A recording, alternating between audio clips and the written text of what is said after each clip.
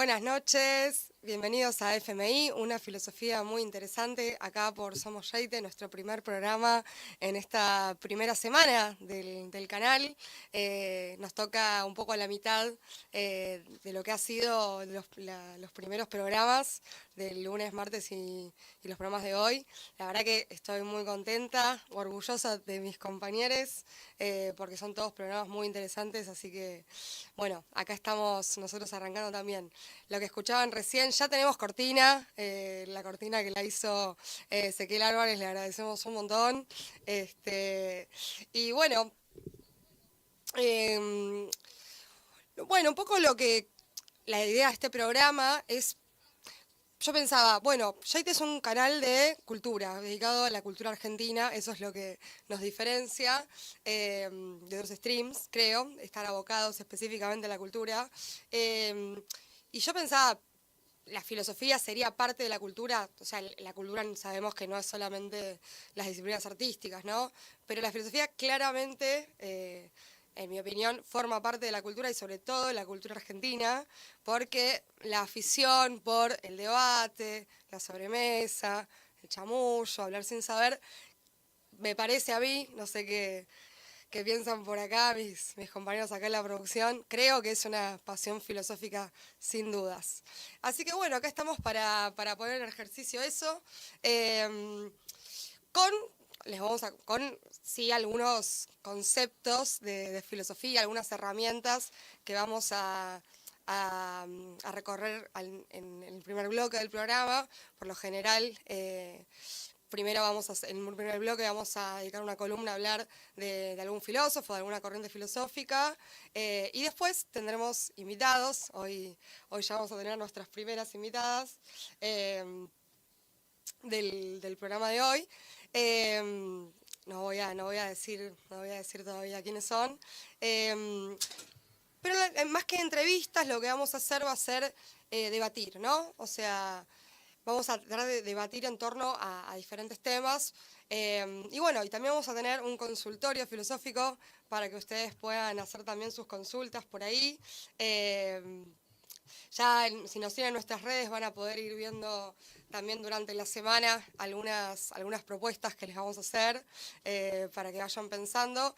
Quiero contar a cámara que ya nos han baneado de nuestro Instagram, que ya pueden seguir, que se llama fmi.unafilosofía. Hoy recibí ahí una notificación de Instagram de que no cumplimos con las normas comunitarias de Instagram. Así que bueno, ya tenemos ahí una primera provocación, ¿no?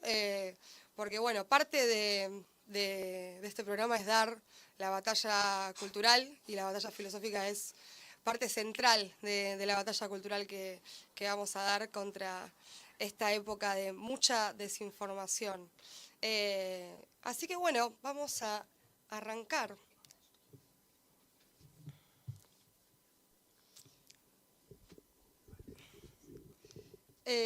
Bueno, en primer lugar, verán que estoy sola, pero no es así del todo. Acá hay todo un equipo en la producción que me está acompañando. Hoy está acá Nico Paul que vino del equipo de producción. Y están los chicos, Cami, Nacho y Bauti ahí, nuestro operador. Y ahora les quiero presentar parte del equipo de trabajo también, que está un poco tímido, pobre, pero ahora lo vamos a restablecer. Quizás lo conozcan. Charan.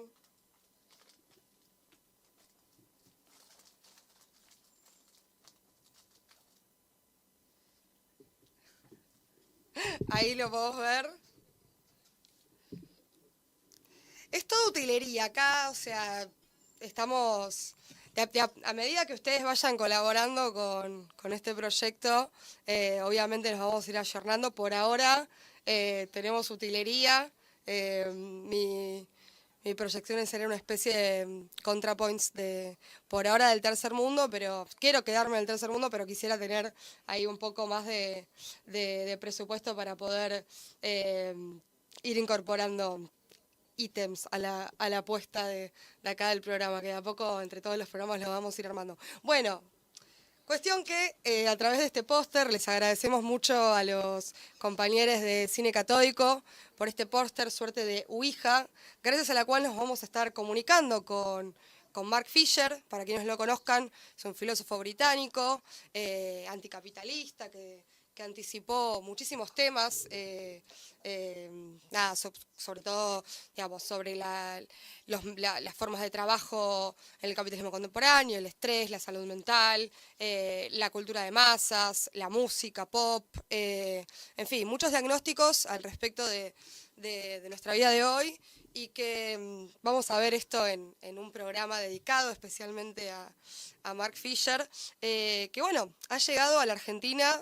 Quizás Argentina es un país donde se ha adoptado a Mark Fisher con muchísima devoción, diría, gracias a la editorial Caja Negra que viene editando toda su obra. Así que bueno, con ustedes les presentamos a Mark Fisher, de ahora en más rebautizado Marcos Pesca. Cada vez que diga Marcos Pesca me voy a estar refiriendo a Mark Fisher, que será acá el fantasma del programa, que está acá cuidándome las espaldas y con quien nos estaremos comunicando de a poco. ¿Querés decir algo, Marquitos? ¿Me escuchás? ¿Nos escuchás? Hi, thank you for remembering, Melina. Cheers. A vos, Marquitos, muchísimas gracias, muchísimas gracias. Obvio que te recordamos, siempre estarás acá en nuestros corazones y nos encargaremos acá desde FMI de que tu legado continúe siendo propagado en las nuevas generaciones depresivas de izquierda. Y bueno, hay, como les decía, no estoy sola, estamos acá con Marquitos, y hay otro personaje, pero no diría que es exactamente un personaje, sino más bien el arquitecto del destino de nuestro programa. Quiero, acá hace su entrada triunfal, es el filósofo Immanuel Kant, alias el jefe, que está hoy por hoy cumpliendo 300 años de existencia. Le vamos a estar festejando hoy en esta primera columna el cumpleañitos. No puedo prender fuego, eso ya, no, ya cruzo un poco los límites de lo que podemos hacer al aire. Estaría bueno fumar, ¿no? Ya es como, me convierto en, no sé, en Beatriz Arlo. Beatriz Arlo estaría bueno invitarla algún día, a ver cómo nos trata. En fin, cuestión, 300 años de Immanuel Kant. Para nosotros el jefe. Y bueno, contarles un poco sobre la vida del jefe, porque se dicen muchas cosas sobre su vida, sobre todo que era una persona aburrida, que nunca había salido, que nunca salió del pueblo en el que nació, que es Königsberg. Nació en 1724 en Königsberg, que en ese momento era la Prusia Oriental, actual Kaliningrado, o sea que si hoy volviera a nacer, nacería en Rusia. Y bueno, eso, se dicen muchas cosas, se dice que es eso, que Kant tenía una vida rutinaria, lo cual, bueno, es cierto, ¿no? O sea, los filósofos no vivimos viajando por el mundo, y por lo general tenemos que tener algún tipo de rutina estructurada para poder trabajar y dedicarnos a nuestras tareas filosóficas. Y bueno, tal era el caso de Immanuel Kant, que tenía la vida de cualquier trabajador, digamos. Y era, sí, muy puntual, porque era alemán. Una de los mitos en torno a Kant es que pasaba siempre por la misma plaza a la misma hora, y era tan puntual que la gente del pueblo cronometraba sus relojes cuando Kant pasaba. Bueno, nada, sea esto verdad o no, me parece que es algo que tiene que ver con llegar temprano al trabajo, porque como les decía, Kant era de clase trabajadora, era hijo de artesanos del cuero, era el noveno, el noveno hermano, de una familia de 9 hermanos, el cuarto de 9 hermanos, y que bueno, digamos, no tuvo un gran cultivo, por así decir, intelectual en su familia, sino que lo que ocurre es que, bueno, sus padres eran muy religiosos, protestantes, y Kant, a través de algunas, bueno, ceremonias y demás, conoce a un cura pietista. El pietismo, como su nombre indica, tiene que ver con la pietà, con la piedad, es decir, es una corriente del luteranismo que es como una filosofía muy moral, ¿no?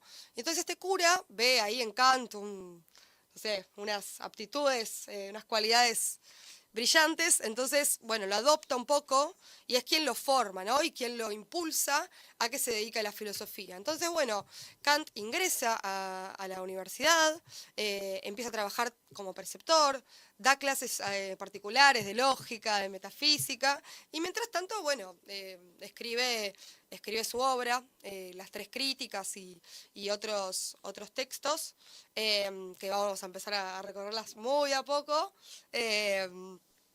Así que, bueno, eso, y recién se graduó a los 31 años, así que todavía hay esperanza, es la edad que yo tengo ahora, todavía no me recibí, si yo me recibo este año, quizás me reciba, tendría el honor de decirme que me estoy recibiendo a la misma edad que Kant, el jefe, ya por solo eso quisiera, me da ahí el ahínco para poder recibirme en la querida Universidad Nacional de San Martín, que les mandamos también un saludo a quienes estén viendo, a los compañeros que estén viendo por ahí. Y bueno, esa es un poco la vida de Kant. Y para introducirnos, ya no en su vida, sino en su obra, tenemos acá lo que vendría a ser nuestra doctrina, una suerte de comunidad organizada, ¿no? Porque así como hay programas decididamente peronistas, este programa sigue la doctrina kantiana y yo voy a convencerlos de lo siguiente, que es que ustedes también son kantianos, solo que todavía no lo saben. Entonces, bueno, esa es una de mis preocupaciones fundamentales con FMI, que ustedes abracen la filosofía del jefe y van a ver que sus vidas van a estar conducidas de una manera mucho más amable hacia la razón. Así que bueno, vamos a empezar con algunos conceptos, ¿no? Obviamente todo esto es introductorio. Vamos a ir viendo programa por programa, algunas cositas para ir incorporando la doctrina del jefe, porque en efecto es una doctrina, ya que la crítica de la razón pura, que es bueno, este bodoque, ¿no? Que es literalmente como un ladrillo que se parte a la mitad, pero tiene algo muy simpático, ¿no? Por ejemplo, te puedes apoyar, en fin. Pero como les decía, es una doctrina en efecto, porque está dividida en dos partes, la doctrina trascendental de los elementos y la doctrina trascendental del método, ¿no? Pero primero hay que aclarar una cosa, ¿qué quiere decir Kant, el jefe, con esto de trascendental? Vamos a ver la primera filmina, que dice: llamo trascendental todo conocimiento que se ocupa no tanto de los objetos, cuanto de nuestro modo de conocerlos. Dejamos ahí unos minutos para leer, para pensar. Bueno, esa es un poco la definición de trascendental, que fíjense lo que dice. Se ocupa de nuestro modo de conocerlos, es decir, del modo, no del qué. La pregunta que le va a interesar al jefe con esto de su filosofía trascendental va a ser indagar al respecto del cómo se nos dan los objetos, cómo nosotros reflexionamos al respecto de eso. Y eso es algo que a mí me parece muy importante y que el otro día lo pensaba, también, ya que hablamos la nombramos a Betty, nada, que en esa entrevista, una de las últimas entrevistas que ella dio ahí con Pepe Rosenblatt, muy linda entrevista, mírenla también, ahí por Somos Gelatina, compañeros. Ella le decía, bueno, en realidad cualquier cosa se puede pensar, ¿no? No es que hay una cosa que te va a hacer más pensar que otra. Vos si lees el diario, si tenés ganas de pensar, vas a pensar, digo. No es que una noticia puede ser mala o buena, pero si lees el diario, ahí tenés un material para empezar a pensar. Lo cual, eso, me hizo pensar en esto, que no hay una cosa más filosófica que otra. En todo caso, es filosófico nuestro modo de abordar aquello que queremos conocer. Porque si no, lo que pasa es que, a ver, primero, es una tarea imposible y Kant se va a poner muy firme con esto, ¿no? En establecer que los límites, o sea, que los límites del conocimiento son inquebrantables, ¿no? Que son finitos, son casi tan finitos como nuestra vida. No podemos pretender conocer más allá de los límites de nuestras capacidades, por ejemplo, nuestras capacidades sensoriales, digamos, de nuestro conocimiento en ese momento. Sí podemos ir expandiendo los límites a través, vamos a ver, de este ejercicio reflexivo al respecto de cómo conocemos. Y esto nos va a empezar a servir para cualquier cosa. Porque si no, digamos, pensamos, o sea, ¿qué es pensar? ¿Cuál es la diferencia entre pensar y conocer? Esa es una de las cosas que también me interesa que veamos. Porque una cosa es ver un objeto, reconocerlo, ser capaz de saber, digamos, de no movernos en la materia simplemente como por los sentidos, sino de decir, esto es una mesa, este objeto es una mesa, pero una cosa va a ser conocer, ¿no? Digamos, en desempeñar ahí una tarea de conocimiento, no solamente el hecho de la cognición, diría Kant, sino del conocimiento, que son dos cosas muy distintas. Y bueno, para eso Kant se va a basar en dos conceptos. El primero son las intuiciones, que le llaman intuiciones a priori. Esto quiere decir a priori, que es algo que van a escuchar con frecuencia cada vez que hablemos del jefe. Son las condiciones que ya están dadas, ¿no? En las condiciones puras de la sensibilidad, que son el espacio y el tiempo. Creo que esto es sencillo de entender, ¿no? Todo objeto se nos da en el espacio y el tiempo. No existe un objeto por fuera del espacio y el tiempo. Y acá tenemos un poco la otra frase famosa del jefe que dice: los pensamientos sin contenidos son vacíos, las intuiciones sin conceptos son ciegas. A ver, el otro día decíamos que un poco la filosofía se trata de grandes trabalenguas. Vamos a analizar un poco en la dirección doble de esta frase. Esto que les decía, las intuiciones, que es aquello que se nos da por los sentidos, son ciegas si no tienen conceptos que les den forma, ¿no? A esa intuición, digamos. Yo percibo un objeto en el espacio y el tiempo, o sea, por ejemplo, esta botella de agua, yo la percibo, pero ¿cómo sé qué objeto es? Yo tengo que tener un concepto, tengo que tener condiciones intelectuales. Kant a eso le va a llamar los conceptos de la razón pura, que son, por ejemplo, categorías, por ejemplo, como la extensión, la cantidad, ¿no? Es una botella de agua, ¿no? Y esos conceptos sí son abstractos, ¿no? Y a eso se refería con pensamientos sin contenido son vacíos. Es aquello que le da, si mi pensamiento, si mi idea si mi idea de botella no tiene ningún contenido en la experiencia, va a ser vacío. Eso es un poco lo que quiere decir. ¿Se entiende? Como dice Pato, ya lo van a entender. Así que bueno, como les decía, esta es un poco la propuesta de Kant para avanzar en el conocimiento, que es un poco combinar sensibilidad y entendimiento. Y nos va quedando una cosa así, quise ilustrarlo acá con un meme. Bueno, como les decía, está el hecho de pensar, digamos, silvestremente, pero la tarea trascendental, como vimos, es pensar en cómo pensamos, ¿no? Es hacer ese ejercicio sobre cuáles son nuestras condiciones, las condiciones que ponemos en juego al pensar, como dijimos, el entendimiento, la sensibilidad, y de esa manera, digamos, haciendo ese ejercicio reflexivo, vamos a poder expandir los límites del conocimiento, ¿no? Vamos a poder avanzar por sobre la experiencia que se nos es dada, porque, como decía también el jefe, otra de sus grandes frases, todo conocimiento empieza en la experiencia, es decir, en la experiencia de lo que yo puedo percibir, pero no termina en ella. Así que bueno, esta es un poco la primera aproximación a la teoría del conocimiento del jefe. Pero no podemos dejar de mencionar, si bien hoy no lo vamos a poder llegar a ver, porque en el segundo bloque ya se nos vienen nuestras queridas invitadas que acaban de llegar, pero no puedo dejar de mencionar, como les decía, también la filosofía moral de Kant, que va a estar abordada en otra de sus doctrinas, que es la crítica de la razón práctica.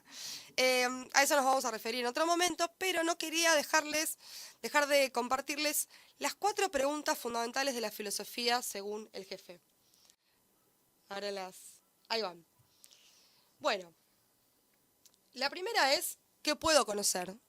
Que esto es un poco lo que estuvimos viendo, es decir, aceptar que los límites del conocimiento, que nuestras condiciones para percibir son finitas como nuestro cuerpo, finitas como nuestra vida, no querer ir por encima de ellos, pero sí intentar como avanzar, ¿no? Cada vez más, ¿no? Entonces esta pregunta siempre va a ser, va a ir ampliándose a medida que vayamos avanzando en nuestra reflexión. Después, la pregunta ¿qué debo hacer?, que es eminentemente moral. Ahí, bueno, tendremos que explicar el imperativo categórico, que lo vamos a ver otro día, pero es básicamente, es una pregunta rectora sobre qué debo hacer, ¿no? Digamos, ¿qué ideas morales hay detrás de mi accionar, ¿no? Y no es que yo solamente actúo, ¿no? Según mi libre albedrío, todo acto mío está guiado por esta pregunta que es ¿qué debo hacer? Y por otro lado, la tercera, que me parece como la más intrigante de todas, que es ¿qué puedo esperar? ¿No? Es una pregunta por el porvenir, una pregunta por el futuro, una pregunta que, bueno, Kant va a terminar respondiendo quizás por el lado de la religión, ¿no? O sea, ¿cuál es en definitiva lo que nos... a qué temer, ¿no? A qué aventurarnos también. Y ahí también entran las preocupaciones morales del ser humano, que, bueno, en estos días todos tenemos, ¿no? De cuestiones muy básicas, por ejemplo, si vamos a llegar a fin de mes, si nos van a echar del trabajo, si depositamos dólares, si recibiremos bitcoins o qué moneda recibiremos, en fin. Son preguntas de qué cabe esperar, ¿no? ¿Qué cabe esperar en nuestra vida? Y ahí, no sé si la llegaron a ver, pero está la última pregunta, que es la pregunta más importante de todas, que es ¿qué es el hombre? Porque esa es la pregunta fundamental para el jefe, ¿no? Pensar cómo el concepto de hombre se va redefiniendo, ¿no?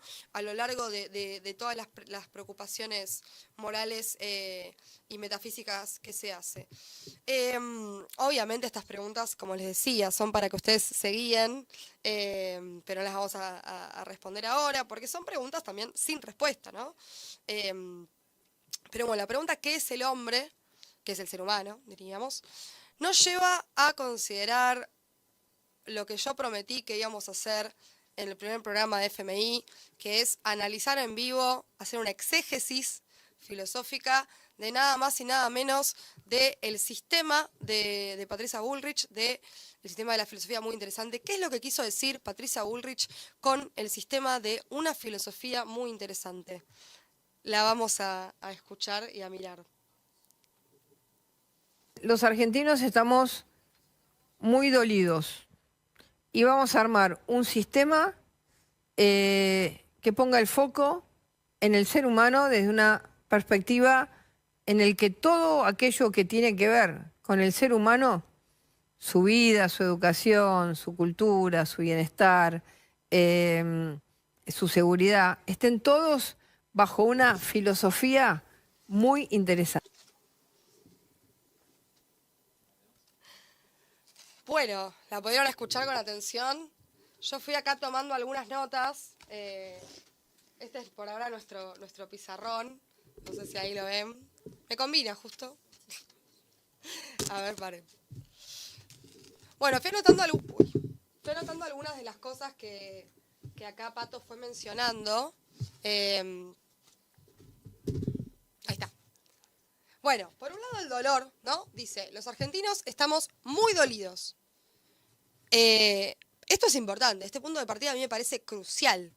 ¿Por qué? Porque va a ser una filosofía fundada en justamente la idea del dolor. Es decir, nadie empieza a filosofar si está bien. Eso es algo que también me gustaría que incorporemos como una de las de los puntos de partida de este programa. Y, y hay muchos filósofos que han reflexionado sobre el dolor, ¿no? Es una suerte de dolor metafísico. Ella dice, un dolor que nos afecta en tanto argentinos, que constituye parte de la identidad argentina estar dolidos. Entonces, hay otro filósofo que se llama Arthur Schopenhauer, un filósofo súper pesimista, pero me parece que en este caso lo que dice está bastante bien. En uno de sus libros, que se llama Los dolores del mundo, dice: si nuestra existencia no tiene por fin inmediato el dolor, puede afirmarse que no tiene ninguna razón de ser en el mundo. O sea, directamente coloca el dolor como principio de la existencia, como razón de la existencia, porque cualquier otra cosa no tendría sentido. Y esto, o sea, no sé si estoy tan de acuerdo, por un lado, pero me parece que puede ser útil para pensar que el asumir que la vida conlleva dolor, ¿no? No pensar que el objetivo de la vida es ser felices, porque si no, eso es una eterna insatisfacción, ¿no? Como si nosotros nos conducimos, queremos conducirnos constantemente hacia la felicidad, es muy probable que la felicidad jamás llegue. En cambio, si partimos del dolor, vamos a poder buscar cómo salir del dolor. Entonces, cualquier cosa va a ser al menos más alivianadora, ¿no? Del peso de la existencia. Bueno, me puse existencialista, no son muy de mi devoción los existencialistas, he de decir, sí me parecen muy importantes, pero bueno, acá para pensar a Pato me parece que sirve bastante la filosofía pesimista.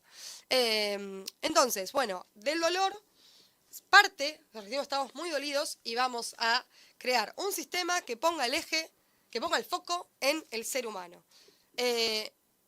Y que, y de la preocupación del ser humano se desprenden diferentes preocupaciones morales, ¿no? Porque el bienestar, la seguridad, no me acuerdo qué más dice, si alguien me tira ahí un chivo, no recuerdo cuál es la tercera, pero bueno, son todos conceptos morales. Fíjense que dice, y políticos. Fíjense que dice bienestar, seguridad. Con la seguridad, bueno, nos vamos a meter hay dos autores al menos que no podemos dejar de ver, que son Hobbes y Foucault.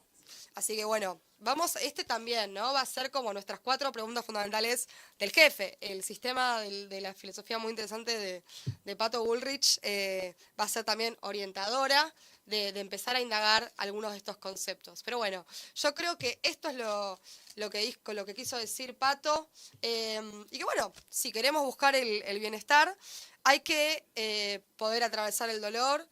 Y algo que es muy importante, focalizarnos en el ser humano. Por eso este programa también va a estar especialmente preocupado por los asuntos que atañen al ser humano. Nos van a interesar lateralmente quizás otras cosas como la naturaleza, los animales, el mundo fungi, los cyborgs, demás, pero quizás nos van a interesar, o bien nos van a interesar solo en relación con el ser humano. Así que bueno, quiero aclarar eso también para las propuestas que lleguen acá a FMI. Así que bueno, entonces la filosofía muy interesante, para mí lo que quiere decir es básicamente una filosofía que no se interese en tanto seres humanos, dolidos que han caído en este mundo. Bueno, ¿se entiende? Ya lo van a entender. Vamos con Warwick, porque ya llegan nuestras trabajadoras, ahí funcionarias del Ministerio del Libro, que han dejado sus funciones para visitarnos. Les agradecemos y en un ratito las tenemos por acá.